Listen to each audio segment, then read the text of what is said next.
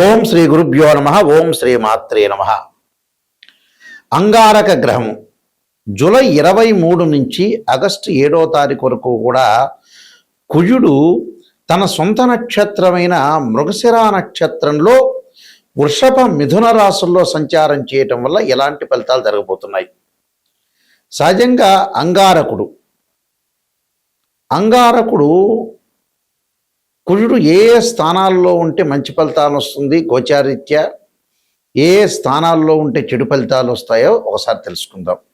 ముందు ముఖ్యంగా అంగారక గ్రహానికి యొక్క కారకత్వాలని మనం పరిశీలన చేయాలి. ఏం చెప్పారు శాస్త్రంలో అంటే సత్వ భూ ప్రాకార రోగ వ్రణ సాహస శస్త్ర అగ్ని సందర్శనోత్పాటన భాతృక కుజ అన్నారు. అంటే భూ సంబంధ వ్యవహారాలు, కోర్టులు, రియల్ ఎస్టేటు, అన్నదమ్ముల సమస్యలు, శారీరక బాధలు, కెమికల్ కంపెనీలు, మిషనరీ, మార్కెటింగు, భూమి, ఇండ్ల నిర్మాణము, న్యాయ వ్యవస్థ, న్యాయవాదులు, రక్షక భటులు, అలానే సైన్యము, మేనేజ్మెంటు, భూములు అమ్మడము కొనడము, మేస్త్రీ పనుల వాళ్ళు, యంత్ర సంబంధమైన వ్యవహారాలు, మెకానికల్ ఇంజనీర్సు, కెమికల్ కంపెనీలు, కెమిస్ట్రీ లెక్చరర్సు, రోగములు, శస్త్రచికిత్సలు, అగ్ని భయాలు, అంటే రియల్ ఎస్టేటు, రైతులు, కెమికల్ కంపెనీలు, పిత్రార్జితము, కోర్టు సమస్యలు, ఇలాంటివన్నీ కూడా మొదలగు కుజుడి యొక్క కారకత్వాలు అంటారు. సహజంగా కుజుడు మకర రాశి ఉచ్చస్థానం అయితే నీచస్థానం దానికి సప్తమం ఏమవుతుందంటే కర్కాటకం వస్తుంది. అంటే కర్కాటకం నీచస్థానము, మకరం అనేది ఉచ్చస్థానము, మేషము, వృశ్చిక రాశులు కుజుడికి స్వక్షేత్రాలు అవుతాయి. ఇక్కడ కుజగ్రహం సహజంగా ఎవరి జన్మలగ్నం నుంచి అయినా కుజుడు 2, 4, 7, 8, 12 స్థానాల్లో ఉంటే దాన్ని జాతకరీత్యా కుజదోషం అంటారు. మనం ఇప్పుడు చెప్పబోయేది ఏదంటే గోచారరీత్యా చెప్పబడే ఫలితాలు. అంటే గోచారరీత్యా చెప్పబడే ఫలితాలకు ఒక విధానం ఉంటుంది, బర్త్ చార్ట్ నుంచి పుట్టినప్పుడు ఉండే జాతకానికి మరొక విధానం ఉంటుంది. నేను చెప్పింది జన్మలగ్నం నుంచి, అంటే బర్త్ చార్ట్ నుంచి 2, 4, 7, 8, 12 స్థానాల్లో ఉంటే దాన్ని కుజదోషం అంటారు. ఇప్పుడు మనం చెప్పేది ఏమిటంటే గోచారరీత్యా చెప్పబడే ఫలితాలు. ఈ గోచారరీత్యా చెప్పబడే ఫలితాల్లో అది చంద్రరాశి నుంచి చూస్తారు కాబట్టి ఎవరైతే రాశి ఉంటుందో వాళ్ళ రాశి దగ్గర నుంచి 3వ స్థానం, 6వ స్థానం, 11వ స్థానంలో కుజుడు ఉంటే మంచివాడు అని అంటారు గోచారరీత్యా వాళ్ళ రాశి దగ్గర నుంచి.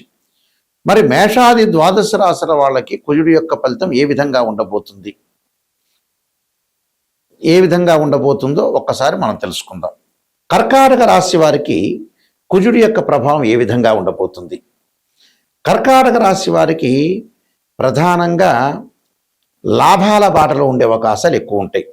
అంటే ప్రతి పనిని కూడా ధైర్యంతో, సాహసంతో ముందుకు వెళ్ళటం, ఇళ్ళు ఆస్తులు కొనుగోలు చేయటం, ఆకస్మికంగా ప్రయాణాలు లాభాలు రావటం, ఆభరణాలు కొనుగోలు చేయటం, విద్యుత్ పరికరాలు, మిషనరీ, వాహనాలు కొనుగోలు చేయడానికి అనుకూలించటం, అలానే బాకీలు వసూలు కావటం, మొండి బాకీలు వసూలు కావటం, అలానే కుటుంబంలో ఆరోగ్యము, ఆర్థిక పరంగా ఉండే లాభాలు, ధనధాన్య సంపత్తులు, నూతన వస్త్రాలు కొనుగోలు చేయటం, ఇళ్ల నిర్మాణము, స్థలాలు, రైతులకు అనుకూలంగా ఉండటం, ఆ సేద్యంలో మంచి లాభాలు వచ్చే అవకాశాలు బాగా ఎక్కువగా ఉంటాయి.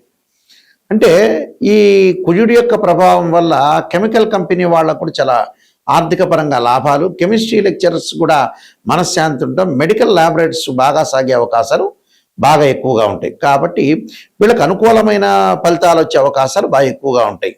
ఈ రాశి వాళ్ళకి నూతన వస్త్రలాభాలు, ధైర్యము, సుఖ సంతోషాలు, స్థానచలనము, గొడవలు తగాదలు రాకుండా, చిన్న గొడవలు తగాదలు రాకుండా చూసుకోండి. శారీరక శ్రమ అనేది అధికమయ్యేస్తుంది. ఆ శారీరక శ్రమ వల్లనే అధికం వల్ల కూడా ఎంత పని చేస్తారో అంత లాభాల బాటలో ఉండే అవకాశాలు బాగా ఎక్కువగా ఉంటాయి. కాబట్టి అన్నీ కూడా వీళ్ళకి అనుకూలంగా ఉండే అవకాశాలే ఎక్కువగా ఉంటాయి. కాబట్టి ఏం ఆందోళన చెందాల్సిన పని, కానీ ఎవరిని నమ్మొద్దండి. నమ్మిన వారి వల్ల కొంత మోసపోయే అవకాశం ఉంటుంది. కాబట్టి శుభకార్యక్రమాల్లో కొంత ఆటంకాలు కలగటం ఒకటి, అలానే మాట పట్టింపులు బాగా పెరిగే అవకాశాలు ఉంటాయి. ఇలాంటి విషయాల్లో కొద్ది జాగ్రత్తగా ఉండండి. తప్పకుండా వీళ్ళు అనుసరించాల్సింది ఏమిటి అని అంటే అంగారక గాయత్రి మంత్రాన్ని చదువుకోవాలి. అంగారక యజ్ఞే శక్తి అస్థాయిమే తన్నో భౌమ ప్రచోదయాత్ అనే మంత్రాన్ని ఈ 10 రోజుల్లో కందులతో చేసిన వంటకాన్ని ఏదైనా సరే మనం ఇంట్లో తయారు చేసుకుని ఆ దేవాలయంలో ప్రధాన అర్చకులకి ఇవ్వండి. వాళ్ళు అందరూ కూడా ప్రధాన అర్చకులు ప్రజలందరూ కూడా వితరణ చేయటం వల్ల కూడా మీకు దోషం అనేది తొలగిపోతుంది. ఈ గోచార ఫలితాల్లో మనకి గోచారానికి బర్త్ చార్ట్కి చాలా లాట్ ఆఫ్ డిఫరెన్స్ అనేది ఒకటి ఉంటుంది. అంటే ఈ గోచారం అనేది ఏమిటి అని అంటే 20% రిజల్ట్ ఇస్తుంది.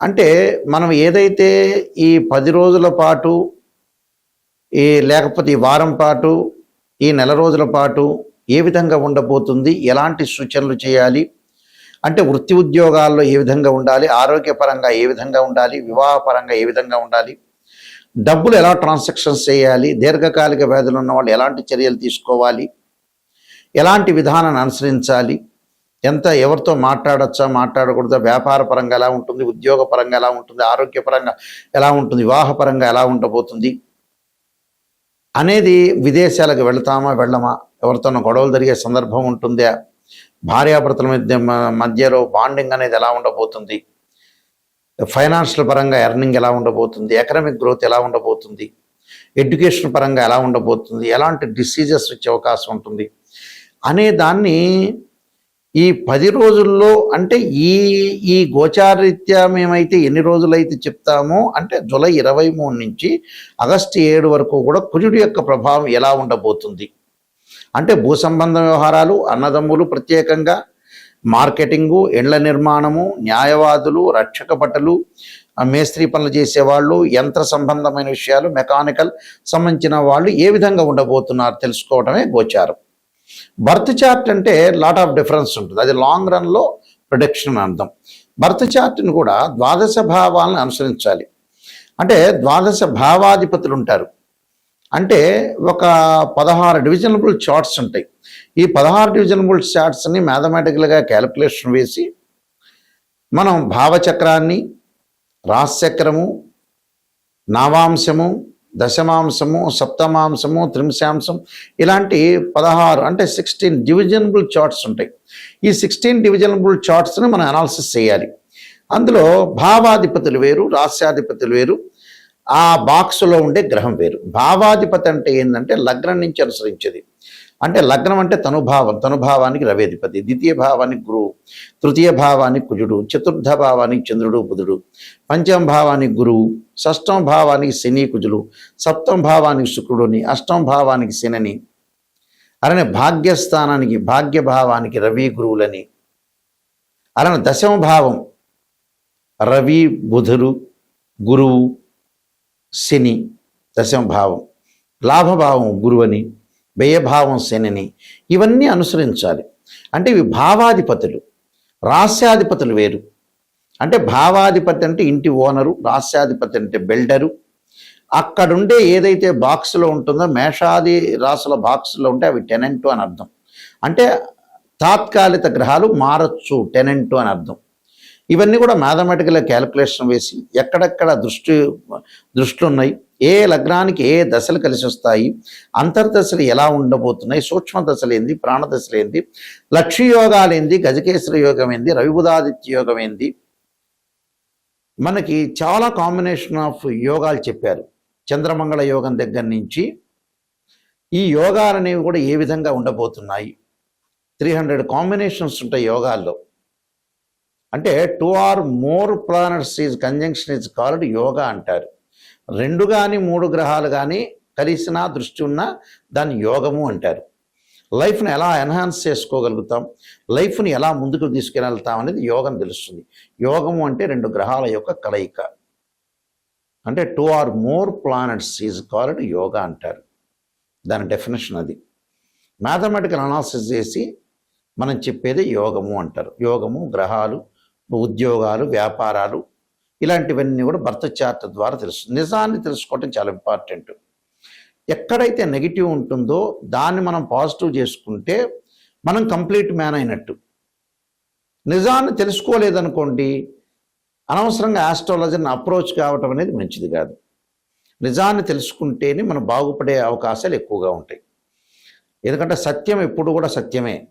అసత్య ధోరణిలో ఎప్పుడు ఉన్నాం అనుకో, మనల్ని మనం మోసం చేసుకున్న వ్యక్తిని అవుతాం.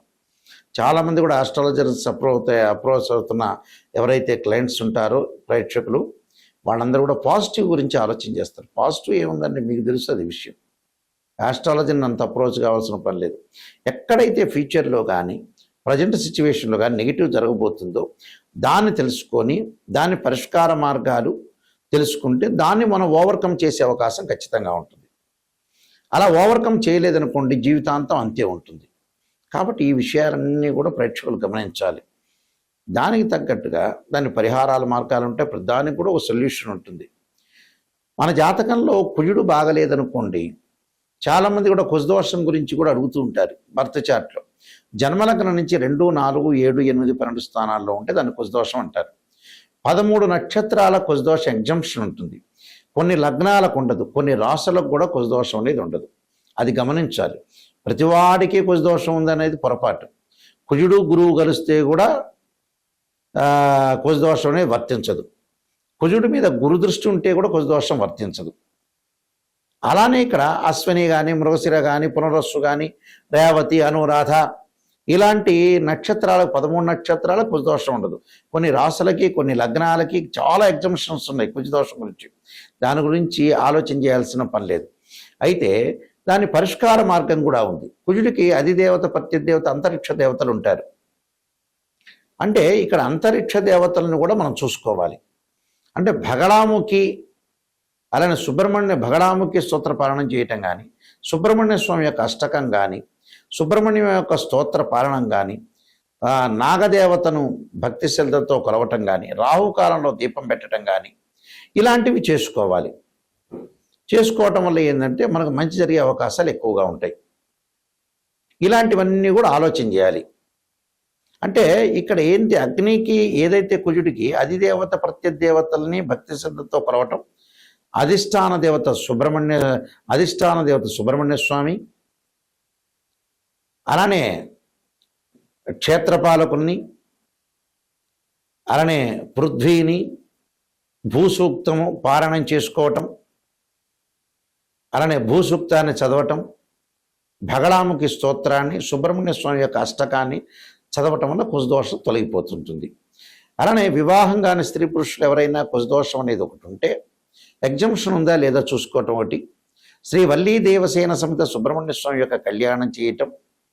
అసలు జాతకంలో కుజదోషం అనేది, కుజదోషం గురించి భయపడాల్సిన పని లేదు. వివాహానికి అసలు శుక్రుడే కారణం, కుజుడు కాదు. ఒకవేళ కుజదోషం ఉందనుకో దాని పరిహారం అనేది చేసుకోవచ్చు, తప్పేమీ లేదు. నేను ఆల్రెడీ కాలసర్పయోగము, కాలసర్పయోగ చంద్రిక, రాహుకేతులు, ఛాయాగ్రహాలు, అలానే పుత్రగణపతి వ్రతము, స్వప్నశాస్త్రము, సర్వదేవతా గోత్రములు పార్ట్ 1, పార్ట్ 2, నవగ్రహ దోషాలకి 12 మహావిద్యల యొక్క స్తోత్ర పారణాలు, అమ్మవారి యొక్క పారణాలు, బృహత్ పరిహార Sindhu, Jataka Chandrika, Vivaha Martandam, production of astrology, transit of results అనే పుస్తకాలు నెంబర్ ఆఫ్ ఆస్ట్రాలజీ బుక్స్ రాశాను నేను. ఇవన్నీ కూడా మా దగ్గర లభ్యమవుతాయి.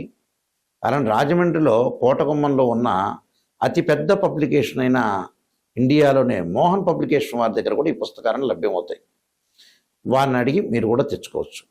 అయితే మా వెబ్సైట్ www.nayakanti.com, www.nayakanti.in ఈ వెబ్సైట్ చూడండి. ఈ వెబ్సైట్లో మీకు ఆ వెబ్సైట్ చూస్తే కూడా ఆ పుస్తకాలన్నీ కూడా మీకు కనపడుతూ ఉంటాయి. అలానే మీకు ఏ డౌట్లు వచ్చినా మమ్మల్ని సంప్రదించాల్సిన వాళ్ళు ఎవరైనా సరే నిజం తెలుసుకొని నాయకంటి గారి ద్వారా బాగుపడాల్సిన వ్యక్తులు మాత్రమే ఫోన్ చేయండి. మా నెంబర్ కూడా స్క్రీన్ మీద స్క్రోలింగ్ అవుతున్న నెంబర్ ఉంటుంది. ఆ నెంబర్కి మీరు కాల్ చేసి తెలుసుకోండి. మీ అందరికీ కూడా శ్రీ పరమేశ్వరి యొక్క కరుణాకటాక్షం ఉండాలని ఆశిస్తూ సర్వే జనా సుఖినో భవంతు.